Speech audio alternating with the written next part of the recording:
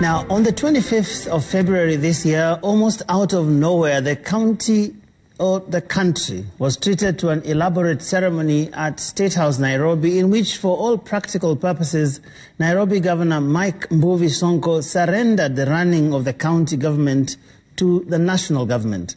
In the agreement that was colorfully called Deed of Transfer, the governor signed away 5 crucial functions of the county government. At the time, the governor appeared besieged with an impeachment motion hanging over his head like the sword of Damocles and a court case circling him like a vulture. Indeed, his submissive demeanor at State House on that day portrayed a man at his wit's end. So subdued he was that he appeared completely at the mercy of the president and everyone present. But barely 2 months later, it seemed as if the governor had woken up from a bad dream. He began reasserting his authority as if an evil spirit had momentarily hijacked his hands and signed the city away. In April, the governor refused to sign the Supplementary Appropriation Bill 2020 that would have allocated some 15 billion shillings to the Nairobi Metropolitan Services. He argued at the time that the County Assembly had irregularly allocated to NMS monies and functions that were never transferred in the State House deal. That stalemate saw the NMS Director, Major General Mohammed Badi, complain rather loudly that his new outfit was broke since the governor had blocked the movement of funds. Before long, the two outfits were at it again, this time fighting, would you believe it, over who should take credit for the development of walkways and cycling paths in Nairobi's CBD. A week ago, NMS took to social media lambasting unnamed persons at City Hall for seeking to take credit for, you guessed it, a street lighting project in Nairobi's Mlango Kubwa area. I've not even talked about the ugly display at the Senate the other day when the governor was called to answer to audit queries raised about the county, or the shenanigans at the County Assembly earlier today, again over the NMS deal and its implications.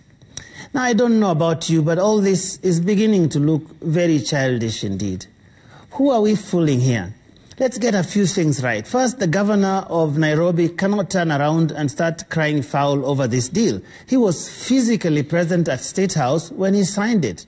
2, he said in defending the deal that it was born out of an elaborate fact-finding mission that included international benchmarking trips in some of the world's top cities.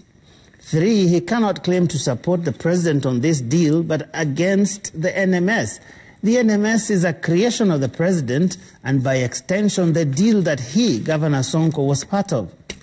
On the other hand, the national government must come clean on this matter. Both the president and the devolution CS, Eugene Wamalwa, were part and parcel of the deal that was signed at State House on that day. They cannot sit nonchalantly as city residents bear the brunt of the confusion created by the Nairobi deal. One would imagine that the president speaks to both Sonko and Major General Badi. Why would he not call them in a room and remind them of what they agreed on that day, whatever it was? If it is true that General Badi is overreaching his mandate, is that by design? And if not, why hasn't anyone in the national government stepped in to bring him back in line? I have no intention of trying to find out who is right between Sonko and Badi. It doesn't matter.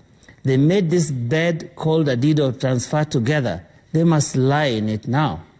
The only thing every Nairobian expects is seamless service. Nairobians pay taxes whether it is Sonko or Badi running the city. They are happy to have street lights everywhere, whether it is put up by Sonko or by Badi. They want an orderly city, no matter who brings the order. They want to do business in the city without being harassed by askaris, city askaris, no matter who commands the askaris.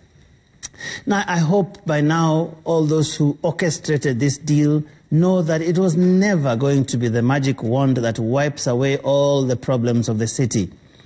But that is a story for another day.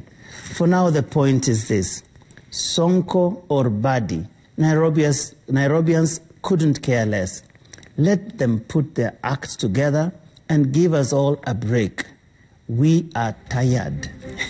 That is Sri Angot.